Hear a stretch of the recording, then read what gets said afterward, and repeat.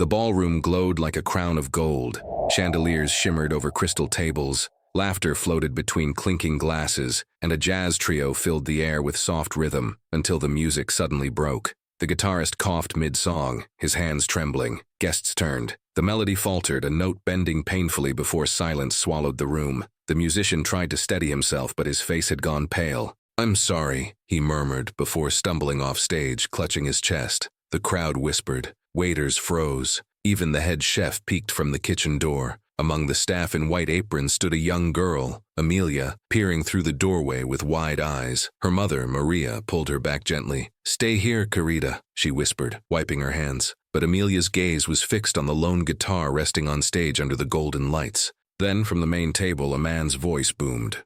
Confident, mocking. "Seems our entertainment couldn't handle the pressure." All heads turned toward Charles Whitmore, the host of the night, a millionaire CEO in a silver tuxedo, smirking over his champagne glass. He rose slowly, surveying the awkward silence. "Anyone else here who can play?" he said, half laughing, half challenging. Amelia's small voice answered before she realized it had left her lips. "I can." The laughter that followed rippled across the hall. Charles chuckled. "You? Then go ahead, little one. Play a song worth $100,000. Gasps filled the air. Maria's hand flew to her mouth, but Amelia didn't flinch. She walked forward, barefoot on marble, and climbed the steps to the stage. Her hands trembled as she reached for the guitar, and when her fingers touched the strings, the world, for a moment, forgot how to breathe.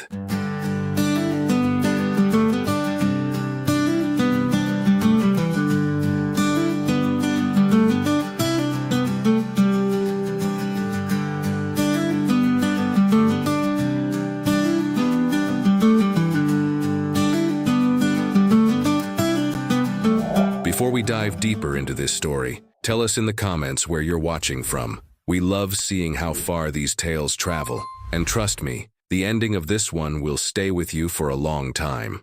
The Whitmore Enterprises annual gala was supposed to be perfect, a night of elegance, deals, and celebration. In the glittering ballroom, executives toasted to profits, cameras flashed, and a jazz trio played softly on the corner stage. Every detail gleamed with money and pride. In the kitchen behind it all, though, sweat replaced perfume. Pans clanged, orders shouted, and the hum of exhaustion filled the air. Among the cooks, Maria Carter kept her rhythm steady, chopping, stirring, plating, while her 11-year-old daughter, Amelia, waited quietly in the corner, sketching little guitars on a napkin. It was supposed to be just another long night. But fate, as it often does, had other plans. When the guitarist collapsed mid-song, silence fell over the room like a curtain, and in that silence, opportunity whispered. Amelia saw the unattended guitar, glowing beneath the chandeliers like a calling. And when she asked to play it, the room erupted in laughter. Led by the very man hosting the night, Charles Whitmore, a millionaire who believed talent could be bought. But he was about to learn that music doesn't come from wealth. It comes from the soul. The day had begun long before sunrise.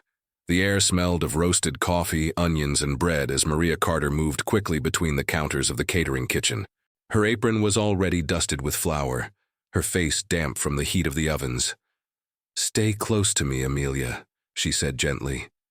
"No wandering, okay?" Her daughter, Amelia, nodded. Barely 11, she carried herself with a quiet curiosity. She loved coming along on her mother's shifts, not because of the work, but because of the sounds. The hum of people, the rhythm of pans and ladles, the faint music that always seemed to slip through the kitchen door from the ballroom beyond. That night was special. The Whitmore Enterprises Gala, the biggest event of the year, a night of glitter and pride. Maria focused on her station while Amelia peeked through the narrow space in the swinging door. She saw a man on stage, the guitarist, David Ruiz, playing under golden lights.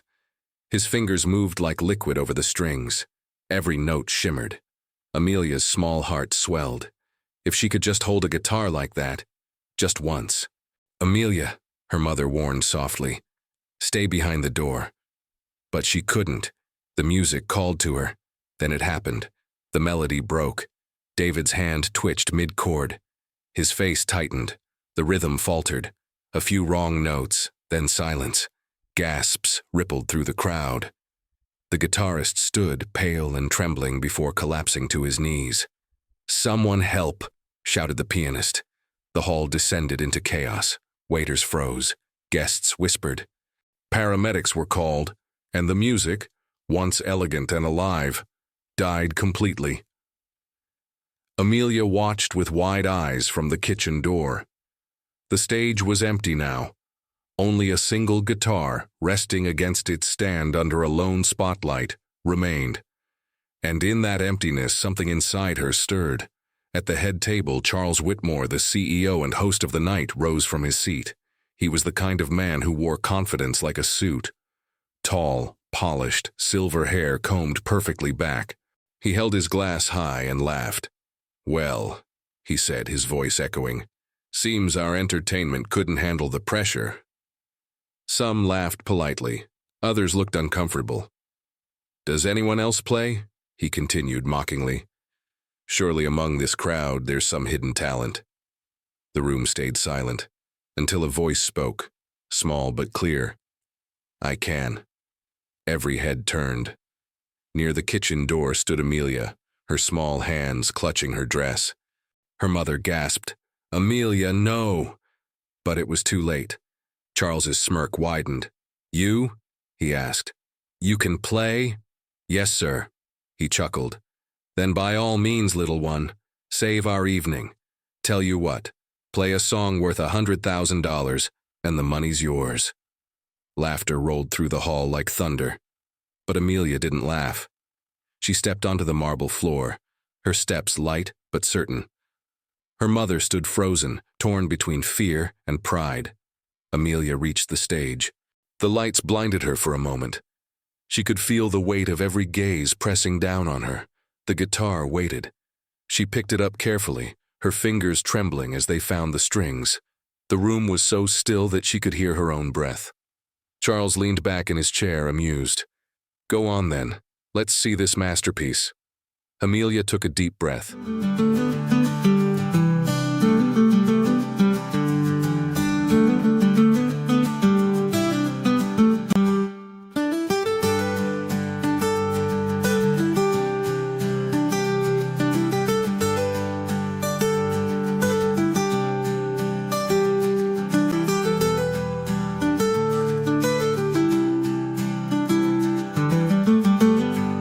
The laughter stopped. The lights seemed to dim around her. She played a song her mother used to hum while cooking, one that had no name, only feeling. Her fingers danced across the strings, not with precision, but with sincerity.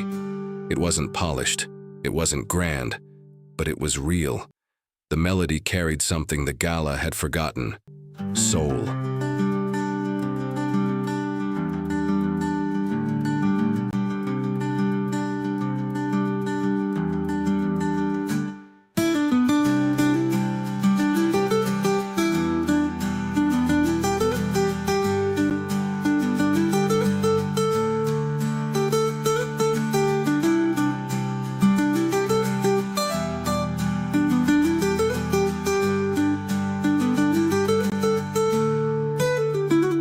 Guests who once sneered now leaned forward.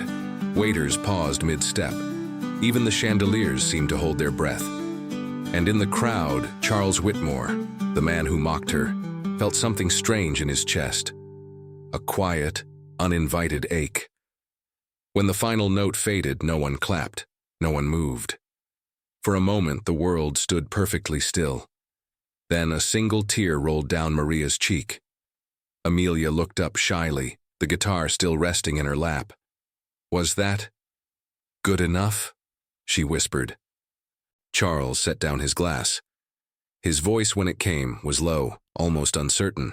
More than good enough. That night, in a room built by wealth and ego, a young girl's song had done what money couldn't. It made them feel. The applause never came. When Amelia finished her song, silence lingered like a warm mist. Every guest in that ballroom was caught between disbelief and wonder, their eyes reflecting the stage lights, their hands hovering, unsure if clapping would break the spell. At the center table, Charles Whitmore sat frozen, his fingers still around his champagne glass. For the first time in years, He didn't have a clever remark ready. The child he had mocked just moments ago had played something that felt too pure to belong in his world of contracts and champagne. He rose slowly, breaking the tension. That was... His voice cracked slightly. Unexpected. The crowd took the cue, and applause erupted. Hesitant at first, then loud, sincere, rolling through the hall like a wave of relief. Maria ran to the stage, hugging her daughter tightly. "You did it, my love," she whispered, tears wetting her apron. Amelia only smiled shyly. It was Mama's song. Later that night, when the guests had gone and the lights dimmed, Charles remained behind. The ballroom was quiet now, empty glasses, napkins, and the faint echo of laughter fading in the distance. He walked toward the stage, his polished shoes clicking on the marble floor. The guitar was still there, resting gently on its stand. He ran his hand along its wooden frame, remembering the way those simple notes had silenced an empire built on noise.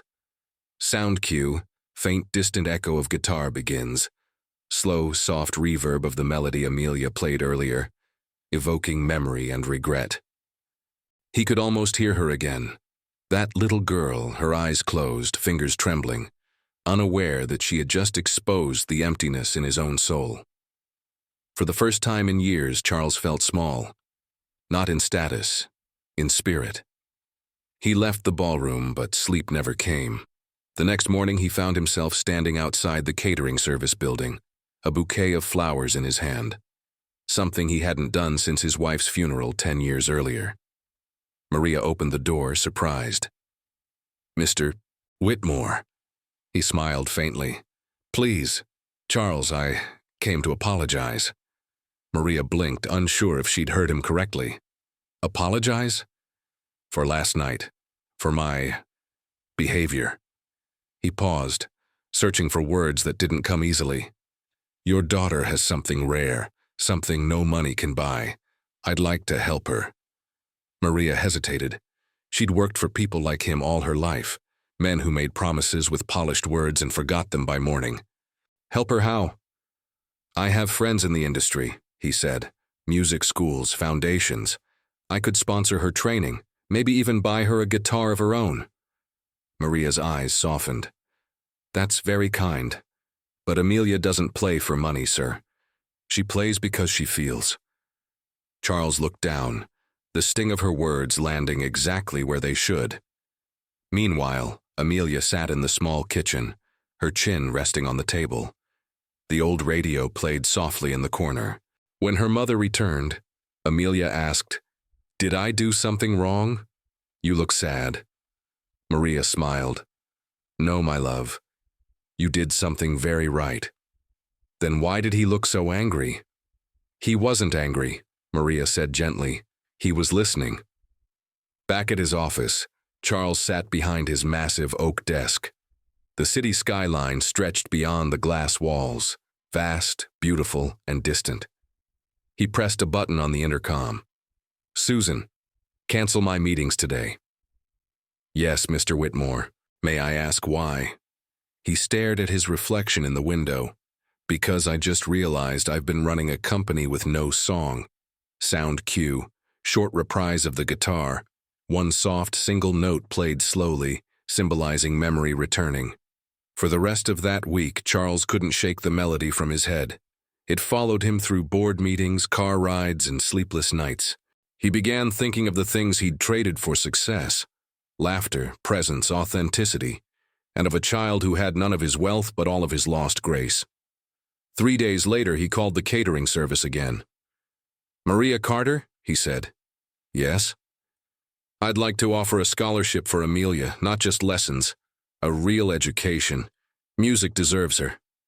Maria hesitated, then smiled softly. "She'll need a guitar first." Charles chuckled. "That I can handle." He hung up, leaned back, and for the first time in a long while closed his eyes and smiled. Not out of pride, but peace. In the weeks that followed, rumors spread about the gala, about the millionaire humbled by a child's song. Some called it a miracle, others a PR stunt. But for those who were there, it was something simpler. A reminder. A reminder that sometimes the smallest hands play the biggest truths. And in that truth, a man rediscovered something he had long forgotten, that life, like music, is only worth something when it's felt. End guitar sound, soft fade, final lingering chord. A week later, rain softened the edges of the city.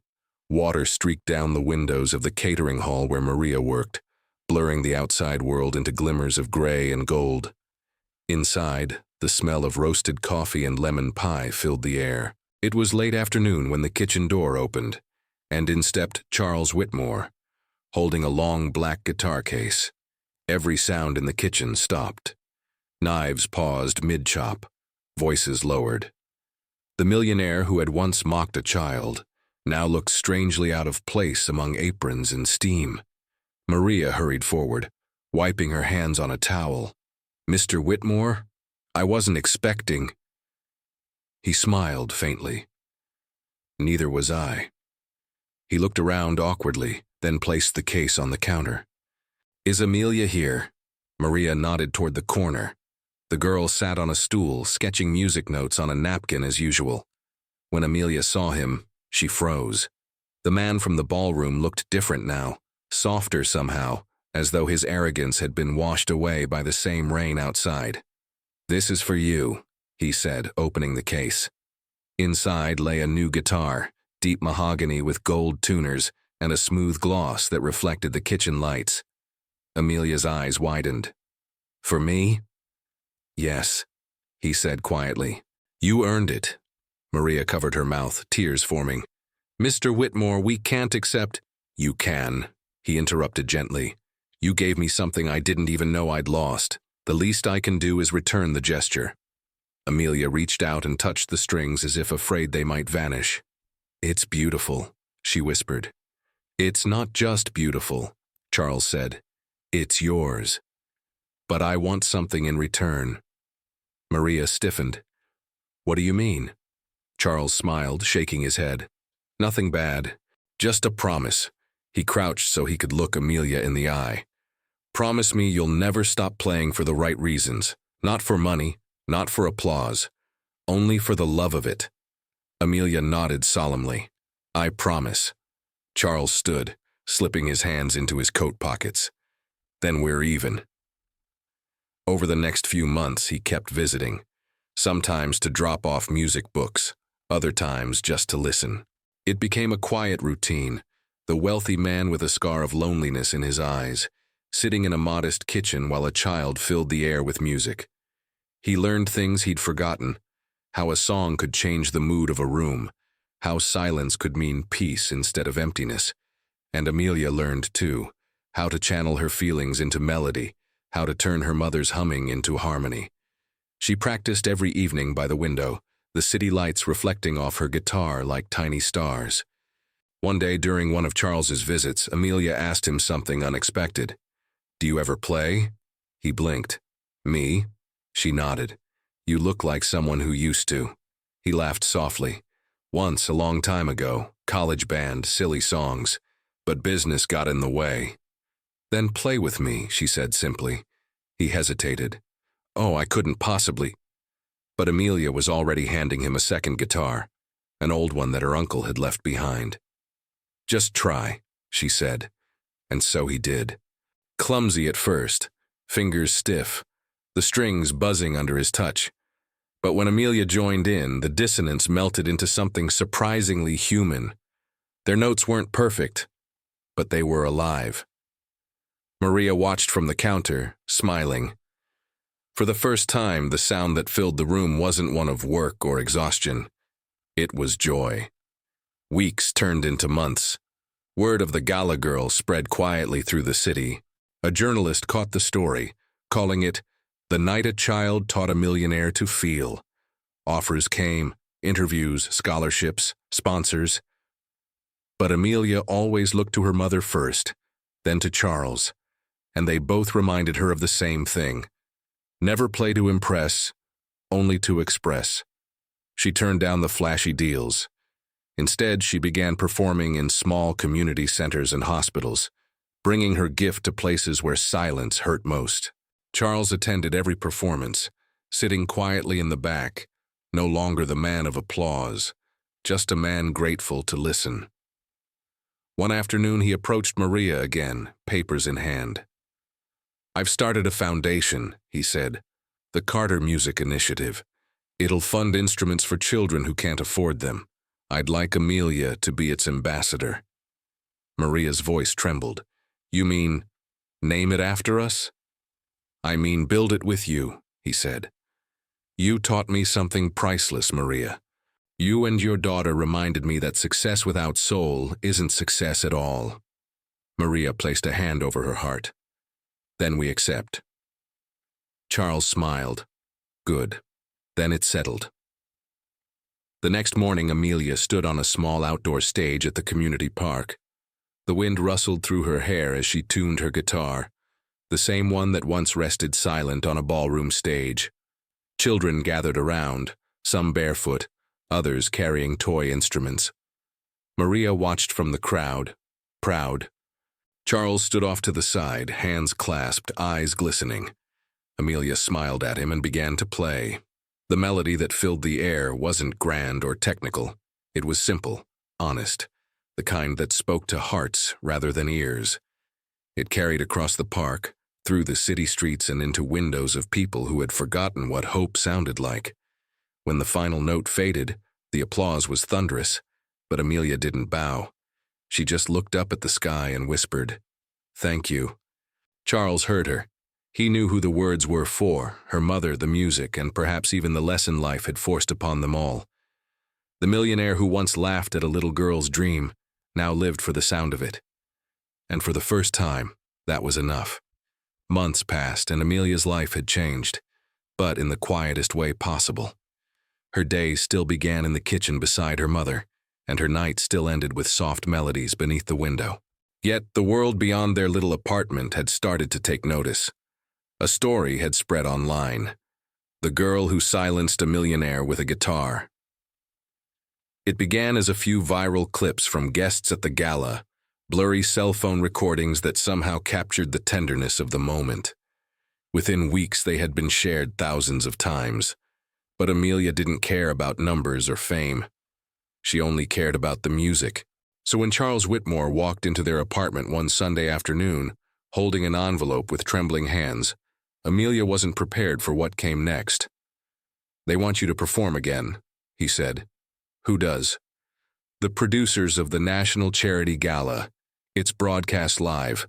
Millions of people watching. They're raising funds for children's hospitals. They want you to close the show." Maria dropped her dishcloth, speechless. "Oh, dear Lord." Amelia blinked. "Why me?" Charles smiled softly. "Because you made the world stop for a minute. And right now, the world needs that again." The following week blurred into rehearsals, fittings, and nerves. Amelia's small hands felt clumsy on the new guitar.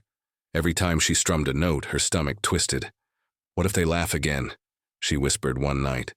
Maria knelt beside her. "Then play through it, my love. Music isn't about being perfect. It's about being brave." Charles, standing by the door, added quietly, "The only difference between fear and courage is one more note." Amelia looked up at him and smiled. The night of the gala arrived. The venue was grander than anything Amelia had ever seen, spotlights sweeping across velvet curtains, a red carpet outside lined with photographers, and a crowd dressed in jewels and black ties. As she stood backstage, her knees trembled. She could hear the crowd murmuring, the orchestra finishing their set, and the announcer's voice echoing through the hall. "Ladies and gentlemen, our next performer needs no introduction, though she never asked for one. Please welcome Amelia Carter." A hush spread. The curtain lifted. The stage stretched before her like a dream, endless, glowing, and terrifying. For a second, she froze. Her hand went cold around the guitar neck. Then she saw them, in the front row. Maria, standing proud with tears in her eyes, and beside her Charles, nodding once like a silent promise. "You've got this." Amelia took a deep breath and stepped forward. She began to play. The sound that came from her guitar wasn't the polished precision of a prodigy. It was the sound of truth, of late nights in the kitchen, of her mother's quiet songs, of laughter and fear and faith. The audience leaned in as if afraid to breathe too loud. For the first time, Amelia didn't play for approval. She played for memory, for every small light that ever flickered inside a quiet dreamer. By the second verse, the audience was gone in her mind. She was back home, barefoot, the window open, wind brushing her face. When the final chord came, she let it linger. Then she whispered into the microphone, "This song is for everyone who was told they didn't belong on the stage." And with that, the lights dimmed. Silence. Then, applause. Not the polite kind, but the thunderous kind that shook her heart. People stood, cheering, clapping, crying. Maria pressed her hands to her chest. Charles wiped a tear he would later pretend never happened. The show ended, but the echo of that night did not. Afterward, backstage, reporters waited. Cameras flashed, but Amelia slipped past them, holding her guitar close. She didn't want the noise. She wanted the quiet moment that came after music, the stillness that felt like peace. Charles caught up with her near the exit. "You did it," he said softly. Amelia shook her head. "No, we did." He smiled. "Fair enough." Outside, rain began to fall, the same gentle rain that had marked their first meeting. It pattered softly on the ground, mingling with the faint hum of people still talking about her performance. "Can we go home now?" Amelia asked, stifling a yawn. Maria laughed. "Yes, my love, you've earned your rest." Charles held the door for them. "You know," he said, "there's talk of making you the face of the foundation." Amelia looked up at him, brow furrowed. "I just want to keep playing." He nodded. "Then that's exactly what you'll do." That night, as they drove home through the quiet streets, Maria glanced at her daughter's reflection in the window. The city lights danced across her face like small constellations. She was no longer the girl behind the door. She was the girl who had opened one for everyone else. And as the car rolled past the skyline, the faint hum of a song filled the air. Not from the radio, but from Amelia herself, humming softly, her hand tapping against the guitar case on her lap. It wasn't fame that made her glow. It was fulfillment. Fame has a way of knocking softly before it storms in. For a while, life felt normal again for Amelia Carter. She went to school, helped her mother in the kitchen, and played her guitar every evening by the window. But one morning when she arrived at class, whispers filled the hallway. Her teacher smiled wide and said, "We saw you on TV last night, Amelia. You were wonderful." The words rippled through her classmates, excitement, curiosity, jealousy. Suddenly, Amelia wasn't just Amelia. She was that girl. The attention grew faster than she could understand. Music schools sent invitations. Reporters asked for interviews.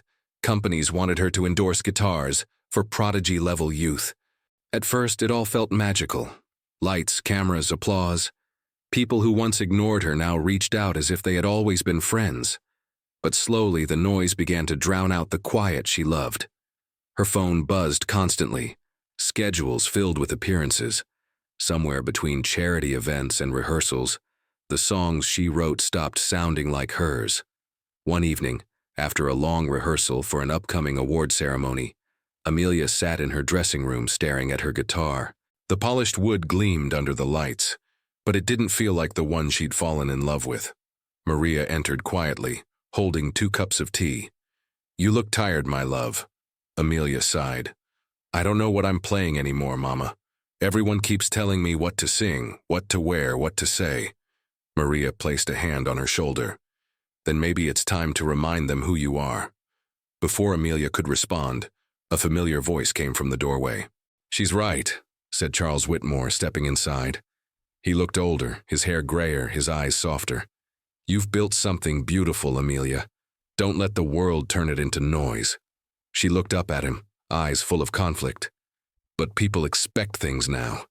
They expect me to be perfect." Charles smiled sadly. "Perfection is boring. Play what's true. That's what changed me. Not skill, not fame. Truth. Amelia nodded slowly. For the first time in months, she exhaled without pressure. A week later, she made a choice. When the day of the award show arrived, a glittering event streamed to millions.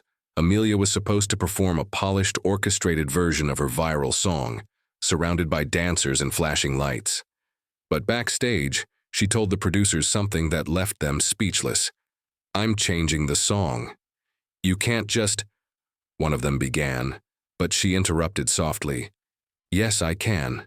It's my song." The crowd waited. The cameras turned. When she stepped onto the stage, there were no backup dancers, no orchestra, just her. A girl in a simple white dress with her guitar, the same one Charles had given her in that little kitchen years ago. The host's voice echoed, "Performing her original piece, here is Amelia Carter." The lights dimmed. The audience hushed. She closed her eyes and began to play. The first chord rang pure, steady, brave, familiar. Her voice followed, fragile at first, then soaring. She sang not about money or fame, but about belonging, about a kitchen filled with laughter, a mother's faith, and a man who once mistook pride for power. By the second verse, even the camera operators had stopped moving. Something deeper had filled the air. Backstage, Maria watched from a small monitor, her hand over her heart. Beside her, Charles stood silently, his jaw tightening as the melody stirred something raw in him. When the final note came, it didn't explode. It simply settled. Like peace after a storm. And then the audience rose, not in frenzy, but in reverence. It was the kind of applause that came from souls, not hands. After the show, Amelia walked out into the cool night air, clutching her guitar. The moon hung above the city like a silent listener. Charles approached quietly. "You did it again," he said softly. She smiled. "I just played what I felt." He nodded. "That's what music is supposed to be." They walked side by side in silence. "Do you think," Amelia asked, "that people will ever stop caring about money and start listening again?" Charles chuckled. "Maybe not everyone, but if even one person listens, really listens, it's enough." Amelia smiled. "Then I'll keep playing." And she did. The months that followed marked a turning point, not in fame, but in purpose. Amelia began mentoring younger children, teaching them the same lesson she'd once learned, that the best songs are born from sincerity, not perfection. The foundation Charles had started grew into something far greater than he had imagined. Music programs, scholarships, free instruments for children in need. And every performance Amelia gave brought a new story, a new reminder that hearts, not headlines, were what truly mattered. One afternoon, while packing for a trip to perform at a small-town school, Amelia looked at her guitar case and smiled. The finish was scratched now, worn from years of travel. But the sound, that sound, still carried the same warmth. She placed her hand over it and whispered, "Thank you," because she knew. Every time she played, she was not alone. She carried her mother's faith, Charles's redemption, and the echo of every listener who had ever needed to believe again. Years passed. The noise of fame came and went, but the melody of Amelia Carter's music remained. Her hair had grown longer, her hands steadier. The little girl who once peeked through the kitchen door was now a young woman, known not for her fame, but for her purpose. Across cities and schools, her name meant something simple: hope through harmony. The foundation had blossomed. Hundreds of children, some shy, some broken, some brave, now held guitars, violins, and harmonicas donated through her work. In community centers and old gymnasiums, she taught them the same way her mother had taught her to love music, with patience, with laughter, with faith. At every performance, a chair remained empty beside her, a quiet tribute to the man who had believed in her when the world laughed. Charles Whitmore, her old mentor, had passed away 2 winters earlier. His legacy, however, still echoed in every string she strummed. It was spring when Amelia returned to the Whitmore Hall, the very ballroom where it had all begun years ago. The chandeliers were the same, the marble floors still shone, But the air felt different. The arrogance that once lived there had been replaced by warmth and memory. Tonight, she wasn't here for a gala. She was here to play, one last time, in honor of Charles, Maria, and everyone who had taught her what music truly was. Maria sat in the front row, gray now touching her hair, her eyes shimmering with pride. Around her sat dozens of children from the foundation, some clutching their own guitars, others just watching with glowing faces. Amelia stepped onto the stage. The lights dimmed. She looked out over the crowd, the faces that had become her family. Then she whispered, "This song is for the man who taught me that even the proud can learn to listen, and for the mother who never stopped believing." She took a breath.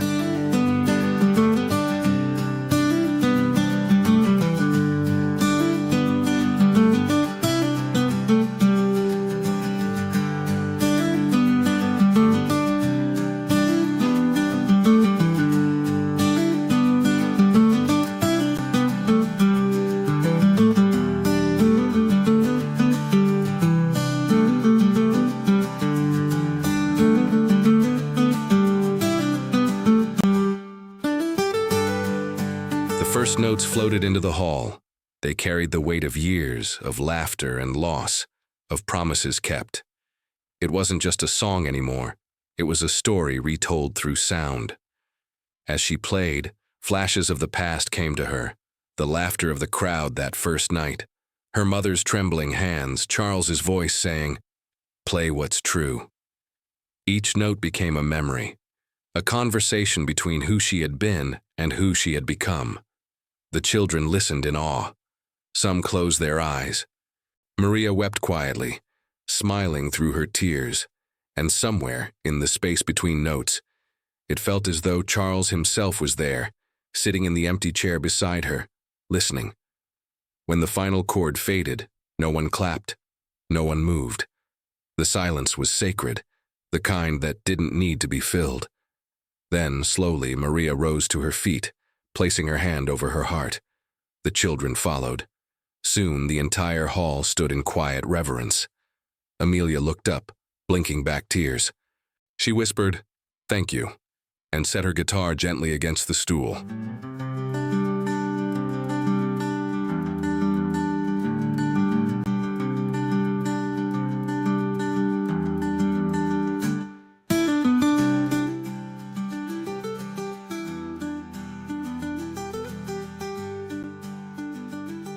The first notes floated into the hall. They carried the weight of years, of laughter and loss, of promises kept. It wasn't just a song anymore. It was a story retold through sound. As she played, flashes of the past came to her, the laughter of the crowd that first night, her mother's trembling hands, Charles's voice saying, "Play what's true." Each note became a memory, a conversation between who she had been and who she had become. The children listened in awe. Some closed their eyes. Maria wept quietly, smiling through her tears, and somewhere, in the space between notes, it felt as though Charles himself was there, sitting in the empty chair beside her, listening. When the final chord faded, no one clapped, no one moved. The silence was sacred, the kind that didn't need to be filled. Then, slowly, Maria rose to her feet, placing her hand over her heart. The children followed. Soon, the entire hall stood in quiet reverence. Amelia looked up, blinking back tears. She whispered, "Thank you," and set her guitar gently against the stool. End of guitar sound. A final, lingering note echoing softly before fading into silence.